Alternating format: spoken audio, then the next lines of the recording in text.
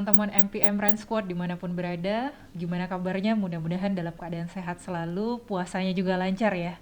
Kembali lagi bertemu dengan saya Anita dari tim People Development. Kali ini di momen yang sama kita kembali lagi dengan podcast Credo Talk. Nah teman-teman, bulan ini kita akan membahas tentang collaboration, salah satu value kita. Dan bersama saya sudah ada Ibu Verlita Sari, People Development Expert. Ini adalah tamu khusus kita yang akan berbincang-bincang dengan kita pada hari ini mengenai collaboration, terutama tentang penghargaan di dalam tim. Nah, sebelumnya kembali saya ingatkan bahwa podcast ini sangat terbuka untuk teman-teman untuk diskusi, mau bertanya silahkan bisa typing di kolom chat atau open mic juga nggak apa-apa sih ya. Jadi nanti kita akan bacakan dan kita bahas bersama. Tanpa mengulur waktu yang lebih lama ya Bu ya, boleh nggak sih Bu perkenalan dulu Bu Verlita biar teman-teman MPM Run Squad-nya pada kenal tentang Ibu. Oke, ya selamat siang Mbak Anita dan selamat siang teman-teman semuanya. Kenalan ya, nama saya Verlita Sari, jadi silahkan boleh dipanggil Verly saja ya, Verly atau Verlita boleh silahkan. Saya backgroundnya tuh psikologi. Oke. Ya, jadi backgroundnya psikologi. Ada yang butuh psikolog mungkin di sini. Ya. Nah, kemudian saya sehari-hari banyak sebagai coach dan juga sebagai trainer, selain memang ada praktek psikologi juga. Oke. Gitu. Kira-kira itu apa lagi ya Mbak? Oke, mungkin sambil aja kali ya Bu ya. Sambil jalan aja ya. Jadi kita salah satu value perusahaan kita itu collaboration Bu. Jadi kita punya credo, value perusahaan kita ada progressive thinking, collaboration, dan active ownership. Nah khusus bulan ini kita collaboration. Nah yang kita mau angkat adalah tentang rekognisi dan apresiasi di dalam suatu tim. Jadi makanya judul kita where everyone's contribution is matter gitu. Yes. Ketika setiap kontribusi dari setiap tim itu sangat penting, maka kita ya mau tidak mau harus menghargai gitu ya. Betul. Dalam kolaborasi kita juga minta ditekankan bahwa kita bisa menghargai, membantu dan menghormati orang lain. Kita akan kembali dengan hal-hal yang general dulu ya Bu ya. Kalau ngomongin recognition dan appreciation itu sebenarnya apa sih Bu gitu? Oke. Ya, ini topik menurut saya sangat menarik dan sangat relevan sepanjang zaman gitu ya. Sepanjang zaman selama kita berurusan dengan manusia. Gitu kita bilang ya. Selama berurusan dengan manusia pasti topik-topik tentang kolaborasi, rekognisi, apresiasi itu adalah topik yang selalu relevan gitu ya. Karena apa? Karena kebutuhan dasar manusia sebenarnya. Manusia itu kalau secara psikologis Mbak punya kebutuhan dasar dihargai, diakui, didengar, dianggap dirinya penting dan berharga. Dasar itu ya Bu itu ya? Dasar. Artinya kalau itu tidak terpenuhi, efeknya bisa panjang. Gitu ya. Nanti kita bicara efeknya apa kalau itu tidak terpenuhi. Tapi saya senang sekali untuk memulai ini dari kebutuhan dasar manusia. Kebutuhan psikologis nih. Kalau kebutuhan fisik kan makan, olahraga seperti itu ya. Kalau kebutuhan psikologis sebenarnya ya itu tadi, didengarkan, diakui, dihormati, dianggap penting dan berharga seperti itu ya. Nah, kalau kita bicara rekognisi dan apresiasi, sebenarnya orang kadang menggunakan rekognisi dan apresiasi ini secara bergantian. Tetapi sebenarnya ada makna atau pengertian yang berbeda. Ya. Rekognisi biasanya itu terkait dengan hal-hal yang sifatnya lebih formal. Artinya misalnya ada achievement tertentu nih. Ada achievement tertentu, kemudian ada project yang berhasil dilakukan, ada award yang didapat. Jadi secara formal performance-nya memang menunjukkan orang itu bisa mendapatkan penghargaan. Itu kita sebut sebagai employee recognition.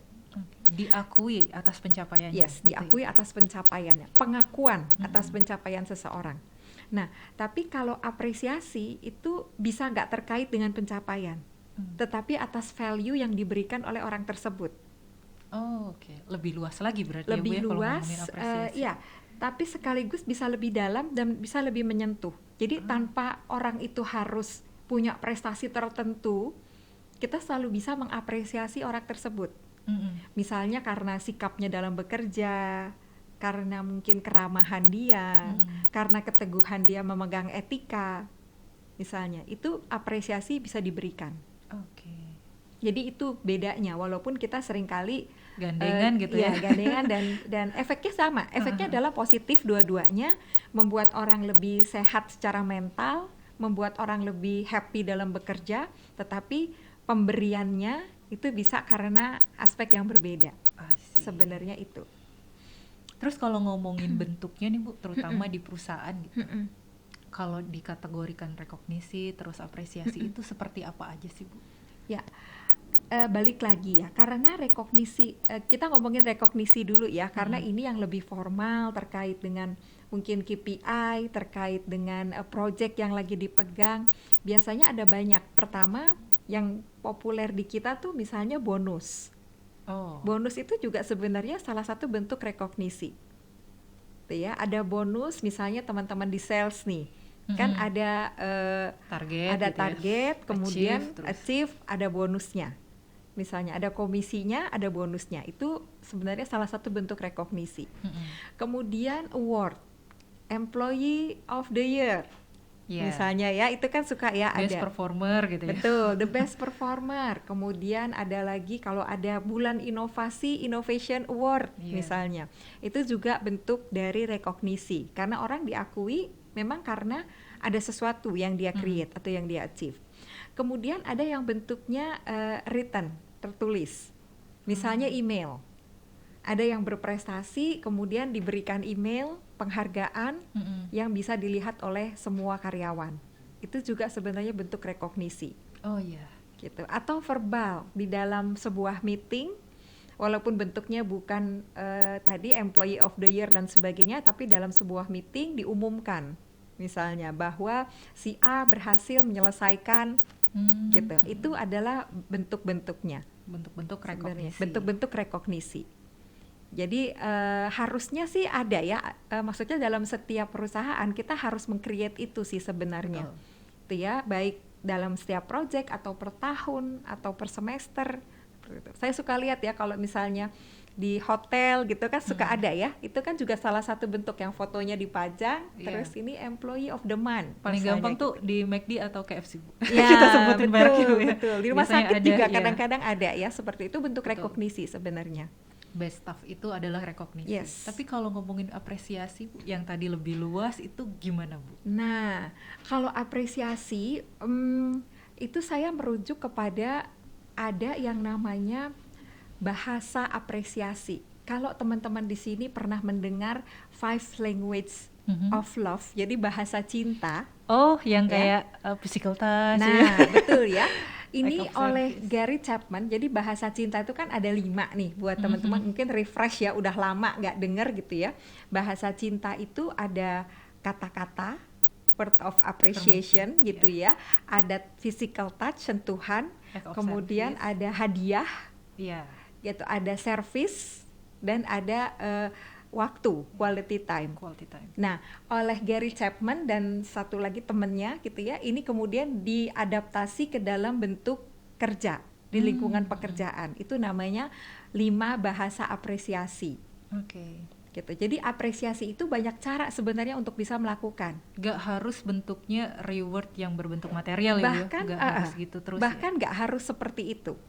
Misalnya satu bahasa apresiasi. Jadi ada yang pakai kata-kata. Ketika kita menyampaikan pujian, misalnya saya ngomong ke Mbak Anita, "Duh Mbak, kalau nggak ada Mbak di sini, saya nggak kebayang deh bakal kayak apa kerjaan saya." Gitu. Itu adalah bahasanya pakai apresiasi. Gitu. Atau misalnya waktu. Misalnya nih para atasan, para leader ya di sini ya, ketika Anda menyediakan waktu khusus untuk ngobrol dengan anggota tim Anda di sela-sela waktu Anda yang begitu padat, ajak dia ngopi bareng, ngobrol bareng, ya itu juga sebenarnya salah satu bentuk apresiasi dalam sisi waktu. Dari sisi waktu. Jadi ada waktu berkualitas yang diluangkan, yang anggota tim Anda tuh tahu betul gitu bahwa susah sekali mendapatkan waktu ini, gitu ya. Kemudian ada juga misalnya kita bawain sesuatu nih, gitu ya, nggak harus hadiah-hadiah yang mahal. Tapi kita kasih voucher gitu ya, atau kalau Anda masakin sesuatu nih di rumah misalnya ya, bawa makanan dari rumah untuk dimakan bareng-bareng, itu juga bentuk apresiasi sebenarnya. Giving gifts tadi. Iya, gitu ya. Jadi atau physical touch. kasih tepukan, gitu ya. Seperti itu, walaupun ada pro dan kontra nih kalau physical touch ya, karena ada orang yang punya personal boundary-nya kan berbeda-beda. Gitu. Tapi kalau ngomongin tentang apresiasi, si tokoh ini mengatakan bahwa pakai aja 5 bahasa apresiasi ini, sehingga orang-orang di sekitar Anda nanti merasa bahwa kehadirannya atau kontribusi yang dia berikan itu dihargai. Oke, menarik. Seperti itu. Jadi kita balik lagi ke five language itu ya, Bu? Yes. Terus tadi nih Bu sempat nyinggung bahwa apresiasi dan rekognisi ini adalah hal dasar dari kebutuhan manusia. Betul. Yang efeknya kalau nggak dipenuhi itu bakal panjang. Yes. Sekarang saya mau nanyain mengenai manfaatnya. Kenapa sih Bu kita tuh ya as karyawan kan kita bisa berperan sebagai team member atau juga leader gitu ya, yang memang harus membangun budaya apresiasi yang bagus di timnya gitu. Kenapa kita harus paham bahwa apresiasi ini penting? Manfaatnya buat kita tuh apa? Ya, pertama tadi adalah kebutuhan dasar. Kan kebayang ya, kita kalau secara fisik punya kebutuhan dasar untuk makan. Kebayang kalau Anda nggak makan, apa yang terjadi? Kan gitu ya. Kebayang kalau kita misalnya makan sandang pangan gitu ya, papan, kan seperti itu ya. Kebayang kalau orang nggak punya tempat tinggal, apa yang terjadi? Kebayang kalau orang nggak punya pakaian, apa yang terjadi? Karena ini kebutuhan fisik dasar. Sama, kebayang kalau orang nggak pernah diapresiasi, apa yang terjadi? Kebayang kalau orang nggak pernah didengar, kalau orang tuh hanya jadi objek yang disuruh-suruh aja, nggak pernah dihargai, apa yang akan terjadi? Dia pasti akan ada dalam kondisi kekurangan. Sama kalau kita nggak makan, gitu. Jadi pasti satu bekerja itu nggak happy. Ketika dia dipuji, diapresiasi kehadirannya walaupun kecil, itu akan menimbulkan rasa bahagia. Motivasi gitu. Dan rasa bahagia itu kemudian membuat orang jadi lebih menghargai dirinya. Sebenarnya itu. Jadi merasa bahwa saya tuh berguna ada di sini. Kalau dia sudah merasa berguna, dia akan lebih senang bekerja. Kan jadi rentetannya panjang. Sampai ujungnya kita suka bilang apa yang suka kita sebut dengan engagement. Gitu ya. Karena ternyata kita tuh sering bilang gini, oh orang tuh pindah kerja karena dia dapat tawaran yang lebih besar, kan kita suka bilang gitu ya, karena dia dapat tawaran yang lebih besar. Tapi ada studi yang justru menunjukkan bahwa mayoritas individu itu meninggalkan pekerjaannya karena kurang rekognisi dan kurang apresiasi. Jadi bukan serta-merta gara-gara salary. Tidak semata-mata itu gitu, ternyata gitu ya. Kita kan suka bilang ya pantas aja karena dia diberikan benefit yang lebih besar di sana. Atau jabatan yang lebih tinggi. Mungkin itu salah satu faktor. Tapi studi juga menunjukkan ada cukup banyak orang yang meninggalkan pekerjaan itu karena dia nggak pernah dihargai, nggak pernah dikasih rekognisi, nggak pernah dipandang gitu apa yang sudah dia lakukan. I see. Kemudian juga, nah ini juga sebenarnya kalau sekarang kita bicara soal manusia. Ketika orang dipuji, itu sebenarnya kalau teman-teman nih suka dengar tentang efek dopamin gitu ya. Ini kan kita ngomongin neuroscience nih. Ketika orang dipuji, itu kan dia happy. Ketika dia happy, otaknya itu mengeluarkan cairan, enzim yang namanya dopamin, yang membuat orang makin bahagia. Jadi ini tuh udah ya psikologis juga, ya neurologis juga yang terpengaruh ketika ada sebuah pujian. Balik lagi, karena itu adalah kebutuhan dasar. Siapa sih di antara kita yang nggak suka dipuji? Walaupun kadang-kadang nggak terbiasa dengan itu, tapi nature-nya manusia itu butuh secara dipuji. Psikologis, betul. Jadi secara kebutuhan dasar ini nggak dipenuhi bahaya, tapi ketika dipenuhi manfaatnya luar biasa. Sampai ke engagement. Betul. Tapi hati-hati, nanti saya mau kasih tahu ada bahayanya. Oh gitu. Yang kayak apa di apresiasi yang ada bahayanya itu yang seperti apa? Oke, boleh. Nanti kita akan bahas lebih. Nanti kita bahas ke sana. Oke. Sekarang kita angkat beberapa fenomena, Bu, terutama masih ada loh, Bu, dengan sekian banyak karyawan mungkin yang dia merasa enggak, gue masih belum dihargai gitu. Nah, mungkin karena secara persepsi belum memahami gitu ya, apa yang dimaksud dengan apresiasi atau maksudnya nggak serta-merta dalam bentuk material gitu. Kira-kira apa sih Bu yang menyebabkan karyawan ini tuh merasa nggak dihargai walaupun dia sebenarnya tuh udah dikasih ya dikasih dalam bentuk apresiasi, mungkin ya Bu ya, atau memang ya kita nggak tahu gitu. Karena salah satu survei kita yang kepuasan dari karyawan kita tahun kemarin, salah satu bulir pertanyaannya itu adalah yang turun poinnya itu adalah ketika karyawan itu merasa tidak dihargai. Gitu. Jadi memang ada isu di situ. Menurut Ibu tuh kenapa sih? Nah, pertama adalah kemungkinan cara mengapresiasinya itu tidak pas, gitu ya. Cara memberikan rekognisinya tidak pas sehingga apa yang kita berikan itu tidak sampai. Misalnya, contoh yang sederhana deh, buat teman-teman yang punya anak nih di rumah ya. Sebagai orang tua kan kadang kita merasa saya sudah memberikan semuanya untuk anak saya. Saya sudah memberikan semuanya yang saya punya, gitu ya, untuk menyayangi anak saya. Sekarang coba tanya, anaknya merasa disayang nggak? Karena yang penting adalah anaknya ngerasa disayang atau enggak. Betul. Anda boleh belikan hadiah yang mewah-mewah, tapi kalau anaknya bilang enggak, aku nggak ngerasa disayang, karena yang aku butuhin adalah waktu. Waktu kebersamaan kita yang hilang. Jadi kita mau kasih apapun, kalau dia nggak merasa bahwa itu sebagai bentuk kasih sayang, nggak akan sampai apresiasi yang kita berikan. Nah, saya rasa itu juga sama. Menjadi penyebabnya. Salah satu penyebabnya adalah apa yang kita rasa. Jadi atasan suka berasumsi nih, saya sudah memberikan apresiasi sebentar. Tim Anda merasakan nggak apresiasi itu? Kalau tim Anda nggak merasakan, ya berarti belum. Berarti cara memberikan apresiasinya harus diubah karena itu nggak pas. Berarti ini peran atasannya yang harus mulai mengenali timnya. Kira-kira butuh apresiasinya yang cocok. Betul. Yang seperti apa? Misalnya kita kasih contoh ya, timnya ini adalah tim yang senang dikasih apresiasi melalui kata. Atasannya berpikir kalau saya kasih hadiah, mereka akan merasa diapresiasi. Maka dikasih voucher, misalnya gitu ya, nggak ngerasa Mbak. Karena menurut dia, kata-kata yang diucapkan itu suka menyinggung saya. Walaupun sebenarnya di sisi lain ada, tapi nggak pas. Gitu. Karena, dan begitu juga sebaliknya. Ada yang misalnya bahasa apresiasinya itu adalah quality time.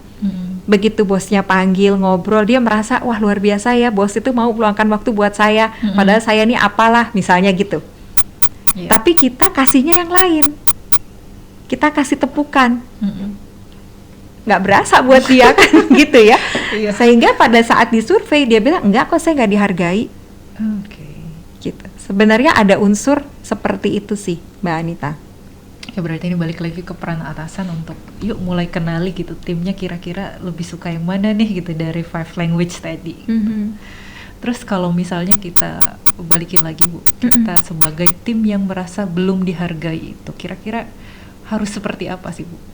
Kalau ini kan dari sisi atasannya tadi, kayaknya mungkin harus mulai kenali timnya. Tapi kalau kita sebagai timnya, yang tadi yang merasa nggak cocok tadi, itu harus ngapain Bu? Ya, pertama adalah ya ini agak challenging ya, karena kita merasa ada kebutuhan kita yang tidak terpenuhi, gitu ya. Terus kita bilang, emang saya harus minta apresiasi kan, gitu ya. Emang kalau nggak dapet saya mesti minta apresiasi kan, saya nggak mau gitu. Nah, tapi kita juga perlu belajar sekarang yang namanya self appreciation. Jadi bagaimana kita juga perlu sebenarnya memberikan penghargaan untuk diri kita sendiri. Gitu ya, belajar juga untuk mengapresiasi diri kita sendiri. Atau kalau memang kita cukup punya keberanian, sebenarnya kita mulai menumbuhkan budaya itu di tim kita aja dulu, yang satu level, Mbak. Misalnya saya membiasakan dengan teman-teman nih satu tim, yang satu level, untuk yuk kita saling memberikan apresiasi. Saya itu sekarang punya kebiasaan, saya dengan tim Mbak, setiap pagi kita tuh punya daily meeting, namanya, cuma setengah jam, tapi daily meeting itu selalu dimulai dengan silahkan berikan apresiasi kepada siapapun di dalam tim ini untuk hari kemarin. Gitu. Jadi dan kita awalnya tuh ngerasa dipaksa. Aduh, apa ya? Tapi lama-lama kita terbiasa gitu untuk selalu mencari siapa ya yang hari kemarin itu perlu saya apresiasi. Apakah dia nemenin saya kerja, apakah dia jadi tempat curhat saya. Nah, dengan membiasakan seperti itu kan nggak membutuhkan atasan. Iya. Gitu ya, itu antar kita sendiri kita sudah mulai melakukan. Bahkan boleh memberikan apresiasi untuk diri sendiri juga. Itu ya, misalnya saya mau mengapresiasi diri saya nih karena kemarin ada kesulitan, saya nggak menyerah. Misalnya gitu ya. Self reward dengan kopi ya. boleh. Okay. Gitu. Jadi kan gini Mbak, kita tuh kan nggak bisa ya mengubah orang lain. Iya benar. Iya kan, kita apalagi atasan, terus kita bilang wah atasan saya nih nggak memberikan apresiasi buat saya misalnya gitu. Kita kan nggak bisa mengubah orang lain. Yang bisa kita ubah kan diri kita sendiri. Iya setuju. Gitu. Sehingga kalau misalnya kita merasa nggak dapat apresiasi dari atasan, kalau saya akan bertanya, yang berada di bawah kendali Anda apa?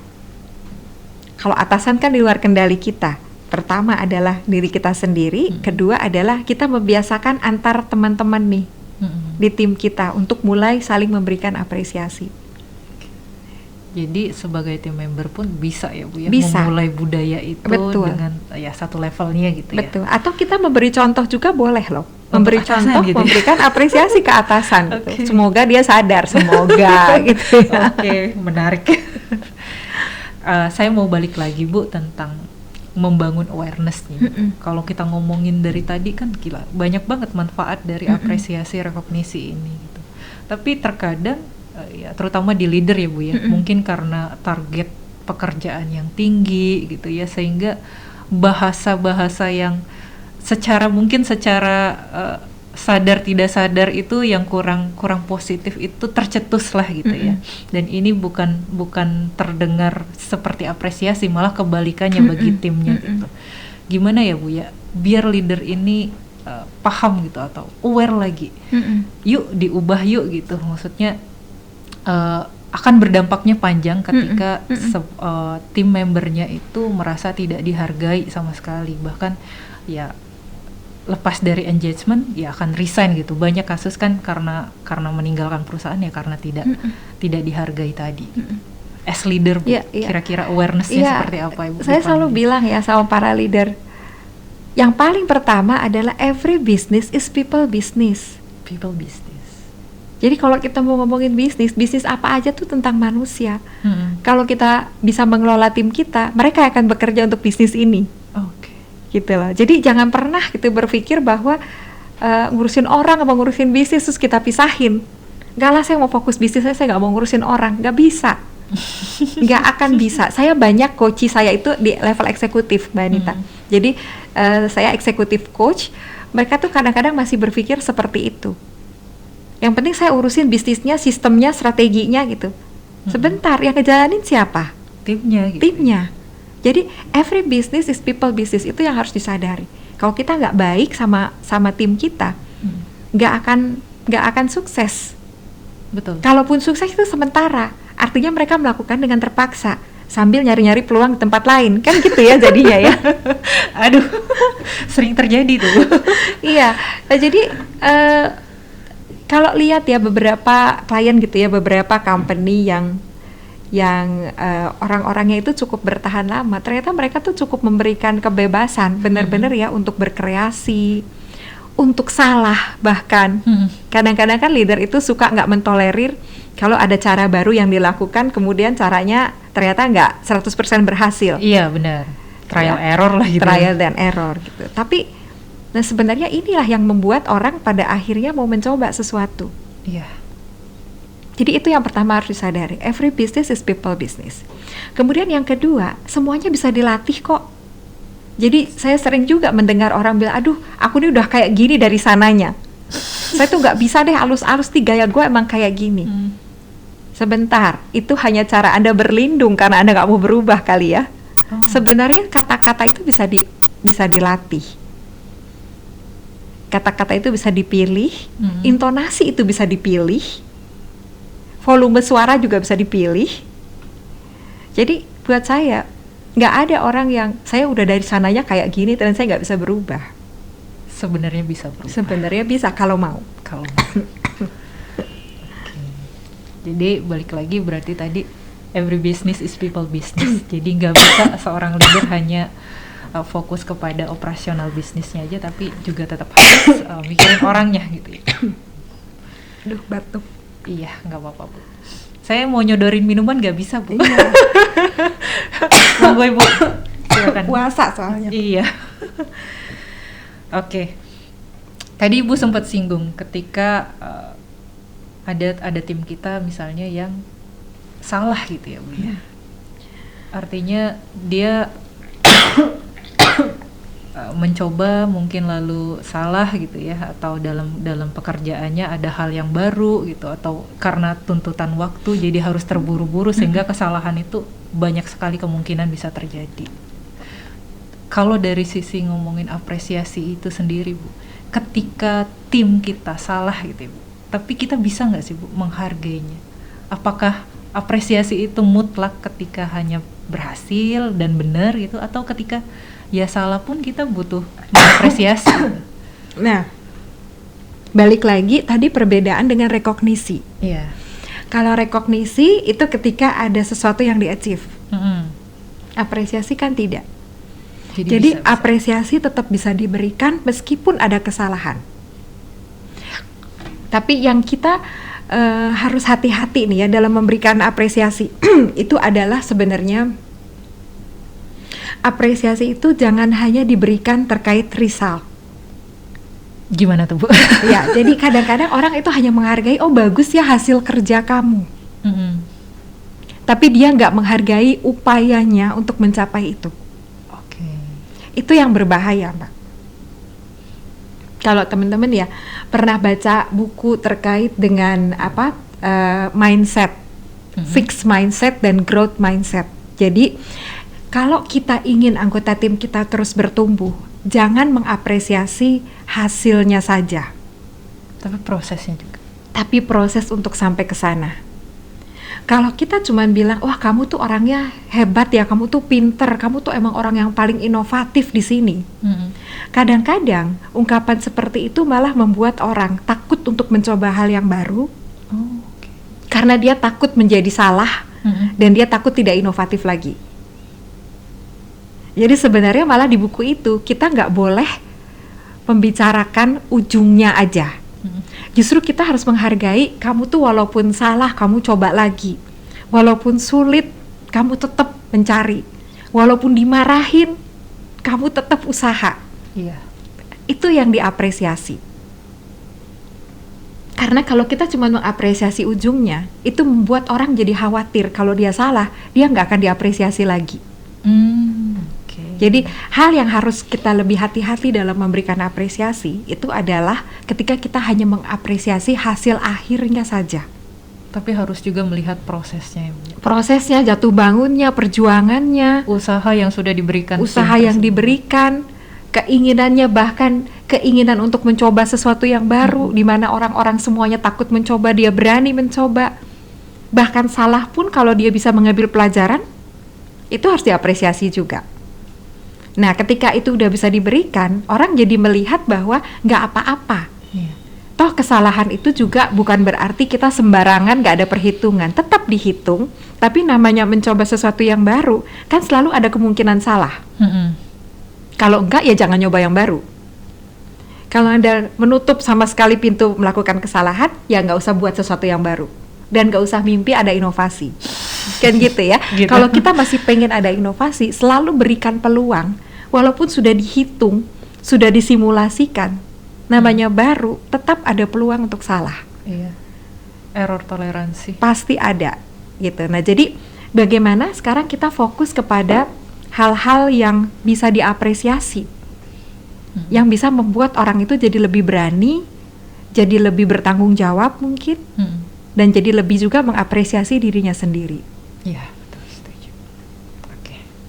Teman-teman, kembali lagi ya, saya ingatkan kalau misalnya ada yang mau ditanyakan, misalnya ada yang kurang sreg di hati gitu dengan berbeda daily pendapat, activity boleh loh kita gitu ya. Atau beda berpendapat, sangat di open untuk kita diskusi hari ini. Jadi silakan di typing di kolom chatnya, kita sambil bahas. Mumpung ada Ibu Verlita yang memang di bidangnya gitu. Kita lanjut ya Bu ya. Boleh. Saya mau nanya tentang case nih Bu. Jadi bukan tadi sudah sempat ngobrol sama atasan saya Bu. In case gitu ya, sering terjadi mungkin. Saya tuh nggak mendapat apresiasi dari atasan langsung saya gitu. Karena mungkin ada beberapa hal yang idenya berbeda atau mungkin secara konsep tadi ya Bu ya, mungkin bisa jadi atasan saya masih fokusnya melihat ke resultnya dan saya belum achieve gitu, walaupun saya sudah berusaha keras gitu. Sah-sah aja nggak sih Bu kalau misalnya saya naik ke level yang selanjutnya? Jadi misalnya saya langsung ke VP saya nih, saya diskusi gitu, saya hanya sekedar ingin mendapatkan apresiasi because I need it gitu ya, karena balik lagi ini adalah kebutuhan dasar saya untuk merasa biar saya tetap oke, biar saya tetap bisa kerja dengan nyaman gitu. Gimana Bu? Sah saja apa enggak gitu ya tadi ya pertanyaannya ya. Gini teman-teman, menurut saya semua itu ada konsekuensinya, ya. Jadi semua itu pilihan kita. Anda boleh aja mau memilih, saya mau ngelangkahin atasan saya deh, saya mau langsung aja ke yang lebih tinggi. Boleh nggak sih? Boleh. Tapi Anda harus siap dengan konsekuensinya. Misalnya apa? Hubungan Anda dengan atasan langsung jadi tambah buruk. Oh, oke. Dan gitu ya. Saya tuh nggak pernah ngelarang tuh Mbak kalau kayak gitu-gitu. Tapi yang saya inginkan adalah kita berpikir tentang konsekuensi. Gitu. Misalnya ya wajar aja atasannya merasa dilangkahi, kemudian wajar aja kemudian oh berarti dia nggak respect dong sama saya. Ya udah, ngapain juga saya respect sama dia? Itu kan salah satu resiko yang bisa jadi. Jadi atasannya juga merasa tidak diakui gitu. Atasannya juga merasa tidak diapresiasi juga kan oleh anggota tim. Betul. Karena kalau apresiasi ini kan Mbak, kita nggak cuma bicara atas ke bawah loh. Kalau rekognisi iya, karena biasanya yang lebih tinggi atau pihak perusahaan yang memberikan rekognisi. Tetapi kalau apresiasi sebenarnya semua orang. Atas ke bawah, bawa ke atas, peer, sesama gitu. Itu tetap bisa. Jadi menurut saya ada lagi mungkin orang yang karena nggak diapresiasi ngambek. Kan gitu ya, misalnya udahlah capek-capek kerja juga tapi nggak diapresiasi misalnya. Sering gitu ya. Boleh nggak sih saya ngambek? Boleh. Tapi Anda harus siap dengan konsekuensinya. Kalau Anda ngambek, pekerjaan tambah jelek, maka Anda tambah tidak diapresiasi lagi. Segitu aja. Kan gitu ya. Ini kalau dari sisi kita yang tidak mendapatkan apresiasi ini, bukan dari sisi atasan yang tidak memberikan. Atasannya tetap salah karena nggak memberikan. Tapi ketika kita tidak mendapat apresiasi, kemudian kita memilih untuk ya udahlah saya kerjanya setengah hati aja. Ya udahlah saya ngambek aja. Ya udahlah saya, ketika kita memilih itu, sebenarnya kita memilih nasib kita sendiri kan ke depannya. Akan ada konsekuensi lagi gitu. Saya kerja setengah aja. Nanti ketika dinilai KPI Anda cuma tercapai setengah, kan makin gak ada lagi apresiasi. Terus kita marah lagi. Kenapa kita mesti marah? Itu kan pilihan kita sendiri untuk bekerja setengah. Iya, betul. Gitu. Jadi karena saya bicaranya kan sama yang udah pada orang dewasa semua ya. Jadi kalau orang dewasa pasti ketika melakukan sesuatu kita melihat konsekuensinya apa yang akan saya terima kalau saya melakukan ini gitu. Iya, paham. Jadi boleh-boleh aja tapi siap dengan konsekuensinya. Jangan nanti komplain lagi gitu. Saya kayaknya makin lama makin gak diapresiasi. Sebentar, Anda melakukan apa kemarin? Sampai orang makin lama makin gak respect kan sama kita. Seperti itu. Nah, tadi sempat Ibu singgung juga mengenai kita tuh gak bisa mengubah orang lain ya, Bu. Jadi in case kayak kejadian tadi kita gak dapat apresiasi, bahkan ada kata-kata yang negatif yang kita masuk ke kita sehingga kita tiba-tiba merasa nggak enak di hati gitu ya. Feeling low itu normal ya Bu ya, dari reaksi yang kita dapat dari mendengar kata-kata yang kurang enak atau perlakuan yang kurang enak, misalnya dimarahin, kamu kerjanya nggak bener nih gitu kan, terus kita feeling low gitu. Karena kita nggak bisa mengubah orang lain, ya yang paling bijak adalah mengelola emosi kita sendiri gitu. Kalau tadi udah Ibu singgung dengan cara apresiasi diri sendiri, tapi biar kita nggak berlarut-larut nih Bu, sedihnya gitu, atau mungkin ngerasa gue nggak diapa-apain, nggak dihargain. Ini akhirnya kan kalau kita berlarut-larut terus kerjanya setengah hati, ke kinerja kita juga gitu ya Bu, ke KPI kita yang nggak tercapai. Gimana kita mengelola emosi ini Bu, biar kita keep going gitu ya? Ya, pertama adalah menerima sih kalau saya. Jadi ketika kita merasa sedih, misalnya kecewa gitu ya, kan biasanya kecewa. Kenapa sih kita kecewa? Karena kita berharap dapat apresiasi, ternyata tidak. Jadi tidak sesuai harapan lah. Maka kemudian kan kita kecewa. Tapi kan itu wajar. Jadi pertama adalah menerima dulu perasaan kecewa saya. Dan mengakui bahwa saya tuh kecewa, karena memang saya tidak mendapatkan apa yang saya harapkan. Menerima dulu. Ya, setelah itu baru tanya sama diri kita sendiri, mau sampai kapan kecewanya? Kan gitu ya. Tanya, ini mau kecewa terus atau kita mau move on kalau istilah anak sekarang. Ya. Kalau kecewa terus konsekuensinya apa? Males-malesan, jadinya nggak semangat. Sementara orang yang membuat kita kecewa nggak tahu. Kan jadi kita rugi 2 kali ya. Iya benar-benar. Ya. Kalau dipikir-pikir rugi 2 kali. Udahlah kita sedih, orang itu nggak tahu, kita berlarut-larut, pekerjaan kita terpengaruh, akhirnya kita rugi lagi. Maka saya suka bilang kalau sama coach saya, oke, kamu mau kecewa, mau berapa lama kamu memberikan waktu pada dirimu untuk kecewa? Sehari, 2 hari, dikasih batasan. Kita sendiri yang membuat batasan. Setelah itu, berarti apa yang akan dilakukan setelah itu? Karena apa yang kita lakukan itu kan sebenarnya buat kepentingan diri kita sendiri juga. Betul. Kita berprestasi bekerja baik untuk diri kita sendiri. Kita bekerja nggak baik untuk diri kita sendiri juga. Karena itu akan menjadi portofolio kita kan, menjadi track record kita ke depannya. Gitu. Jadi kalau Anda melakukan sesuatu, itu sebenarnya kita melakukan untuk diri kita sendiri. Nah, setelah itu baru udah kita terima, ini adalah sesuatu yang wajar saya rasakan, tapi habis itu saya mau melakukan apa untuk membuat perasaan ini sedikit aja menjadi lebih nyaman. Dan gitu ya, biar saya sedikit lebih nyaman apa? Nah, orang macam-macam, Mbak. Ada yang mengerjakan hobi, ada yang mendengarkan musik, ada yang cari teman buat curhat, habis itu clear. Misalnya. Jadi gitu ya. Jadi itu emang harus salurkan ya, Bu, dinetralisir lah ya, kita bilang ya. Gitu. Netralisir caranya gimana? Ada yang olahraga. Jadi menetralisir itu caranya berbagai macam, tergantung yang menjadi kesenangan kita masing-masing, intinya positif. Gitu ya. Nah, setelah itu udah bilang, saya kecewa hari ini, besok kan belum tentu. Gitu ya. Yang hari ini terjadi, setiap hari kan selalu baru. Jadi yang hari ini terjadi, ya udah, saya belajar mengapresiasi bahkan diri saya sendiri. Habis itu, ayo kita mulai lagi. Gitu ya cara ngomong emosinya. Bu, ini ada pertanyaan dari teman kita, dari Pak Bedu.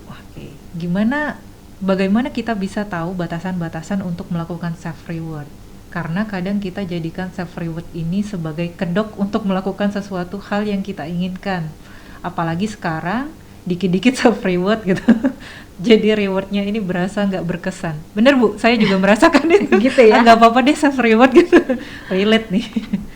Yang ada nanti self reward ini bukan jadi motivasi lagi gitu, tetapi jadi tujuan, bahkan malah nggak berkembang gitu. Mohon arahannya, Bu Ferlita. Ya, sebenarnya sih kalau menurut saya self reward itu sah-sah saja, dan ukurannya tuh kan ukuran personal. Artinya self reward saya, self rewardnya Bapak, self rewardnya Mbak Anita kan berbeda-beda, gitu ya. Yang paling penting batasannya itu adalah jangan merugikan orang lain. Yang saya tahu nih sekarang ada orang yang seneng healing, ya, self healing. Saya lagi healing, taunya hilang, kan gitu ya. Nggak tahu kemana dengan alasan lagi healing. Itu kan berarti Anda merugikan orang lain. Ya, self reward selama itu positif. Ya, menurut saya nggak apa-apa. Selama itu positif buat diri kita, artinya kita tidak melakukan sesuatu yang membahayakan diri kita sendiri juga, ya. Atau satu lagi, tidak membahayakan orang lain. Kriterianya kalau buat saya 2 itu. Orang lain itu ya bisa teman kerja, bisa keluarga, gitu ya. Jadi tidak membahayakan diri sendiri, nggak membahayakan orang lain, nggak membahayakan lingkungan. Buat saya nggak apa-apa selagi itu masih membuat kita bahagia. Betul. Jadi mau seminggu sekali, asalkan happiness itu masih ada, sah-sah aja. Sah-sah saja. Tapi kalau misalnya kita bilang, saya mau self rewardnya dengan belanja, gitu misalnya ya, belanja. Itu yang mungkin yang dianggap merugikan itu nanti keuangan kita jadi nggak beres gitu. Kalau seminggu belanja terus lama-lama habis ya uangnya, ya belum gajian lagi, terus akhirnya keluarga lah yang misalnya jadi korban. Nah itu kan berarti ada orang lain yang dirugikan karena self reward kita. Atau misalnya kita pulang malam dugem, misalnya gitu ya, wah sampai malam sampai sakit akhirnya, misalnya itu kan namanya merugikan diri sendiri juga, gitu. Jadi intinya adalah jangan sampai merugikan diri sendiri, jangan sampai merugikan orang lain di sekitar kita, jangan sampai merugikan lingkungan juga. Gitu. Silakan Anda melakukan self reward, menurut saya sah-sah saja, gitu. Dan setiap orang kan ukurannya berbeda. Betul. Buat saya bisa tidur nyenyak itu self reward, misalnya gitu ya. Aduh, 1 minggu hari Sabtu bisa tidur nyenyak, buat saya itu self reward. Iya. Bisa ngopi bareng teman-teman, Self reward. Self reward. Dan nggak apa-apa. Bahwa nanti makin lama rewardnya makin meningkat. Yang penting pegang, jangan merugikan diri sendiri, jangan merugikan orang lain, jangan merugikan lingkungan di sekitar kita. 3 itu. Sebenarnya kuncinya, itu aja patokannya. Oke. Nice. Tadi Ibu sempat nyinggung ketika apresiasi itu ada efek negatifnya. Kita mau bahas itu dulu. Boleh. Negatifnya tuh apa sih Bu? Bukannya tadi kita ngelihatnya manfaatnya bagus gitu ya, untuk memenuhi kebutuhan juga gitu. Ya, ini tadi Mbak. Jadi risetnya itu menarik sekali ya mengenai pemberian apresiasi yang berdampak negatif. Rewardnya itu, risetnya itu bahkan dilakukan oleh peneliti pada orang parents, pada orang tua. Orang tua yang sering sekali memuji anaknya. Misalnya gini, wah kamu tuh hebat banget deh nak, kamu tuh kayaknya paling pinter. Ya, setelah anak-anak itu dipuji, ini penelitian jangka panjang. Justru anak-anak yang tadinya ranking 1, mereka yang tadinya cerdas, juara kelas, itu kenapa setelah mereka bekerja, itu biasa-biasa aja. Bahkan gak menghasilkan sesuatu yang bagus. Kenapa? Karena mereka terbiasa dipuji sebagai yang nomor 1, dan mereka punya kekhawatiran suatu saat mereka tidak nomor 1 lagi. Itu gimana tuh Bu maksudnya? Iya, saya misalnya dipuji nih sebagai orang yang paling hebat. Aduh Fer, kalau ada kamu di sini, misalnya, semua masalah tuh bisa selesai. Kamu tuh emang paling keren.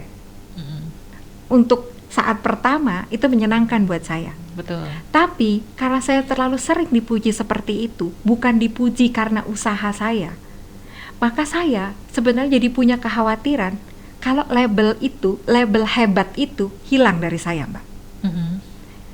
Saya sebagai manusia yang sudah dilabel Fairly adalah orang yang hebat, saya itu khawatir kalau suatu saat kata hebat itu akan hilang dari diri saya kalau saya melakukan kesalahan. Maka jadilah saya orang yang tidak berani melakukan sesuatu yang baru, tidak berani berbuat salah, tidak berani mengembangkan diri karena saya khawatir label hebat itu hilang dari diri saya. Itu yang terjadi pada anak-anak yang ketika mereka sekolah dasar itu pintar, dan ayah ibunya memujinya hanya dengan pintar, cerdas, juara kelas, membuat mereka akhirnya tidak berani untuk menciptakan sesuatu yang baru, nggak jadi orang yang inovatif karena mereka khawatir kehilangan label cerdas, juara kelas, dan pintar. Berarti ini tuh kaitannya dengan pemilihan kata yang kurang tepat, dengan mengapresiasi proses, Mbak, khususnya. Kalau kita hanya bilang dia cerdas, itu kan kita kayak memberikan label ke dia, dan dia akan pegang label itu, dan dia takut kehilangan label itu. Tapi kalau kita bilang, saya melihat kamu tuh punya usaha luar biasa, dia akan pegang juga label itu sebagai orang yang terus berusaha. Kebayang nggak? Ketika dia ketemu kesulitan, saya pegang label saya adalah orang yang selalu berusaha. Ya saya akan usaha terus. Kan itu trademark saya sebagai orang yang terus berusaha. Gitu. Jadi di dalam buku Growth Mindset itu dikatakan orang-orang yang tumbuh menjadi orang-orang yang selalu berkembang, inovatif dan sebagainya, yang kreatif itu adalah orang-orang yang selalu diapresiasi karena usahanya. Karena dia berani nyoba, karena dia nggak takut salah, karena dia berani bertanya. Itu akan bertumbuh lebih cepat dibandingkan mereka yang cenderung stuck di posisi itu saja karena sudah merasa hebat di situ.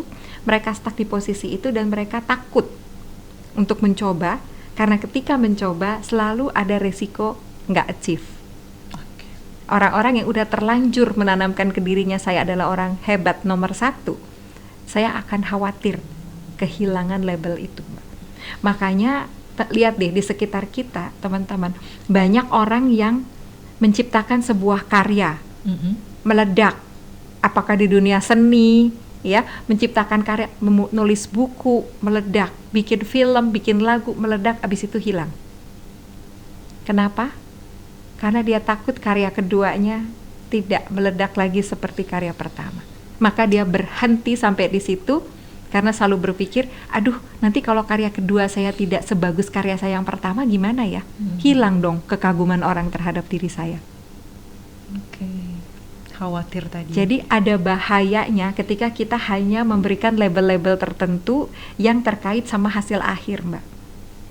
Tapi itu bahaya itu bukan berarti kita nggak boleh pakai sama sekali ya Bu? Atau ya udah nggak usah pakai hasil akhir, kita fokusnya apresiasinya dengan mengapresiasi proses gitu? Iya, kalaupun mau mengapresiasi hasil akhir, barengi dengan apresiasi juga prosesnya.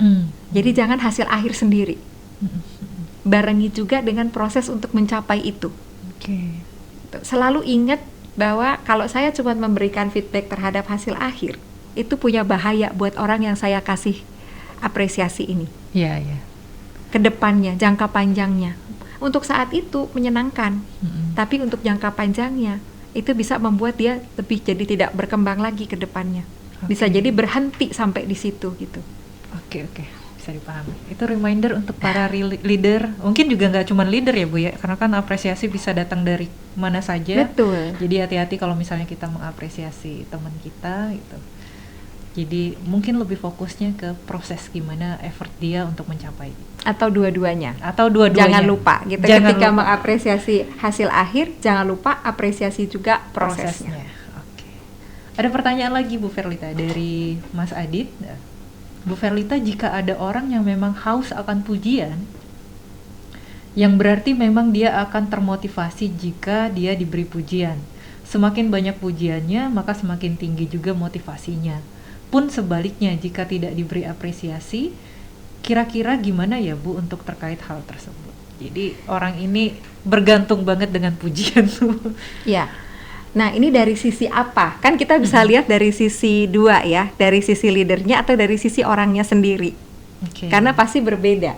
Kalau ini kan seakan-akan kita sebagai orang luar, bukan sebagai orang yang haus pujian.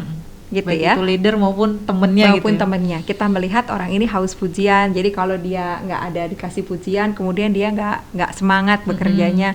Pertama yang perlu kita pahami adalah mungkin selama ini dia dibesarkan tidak pernah dapat pujian.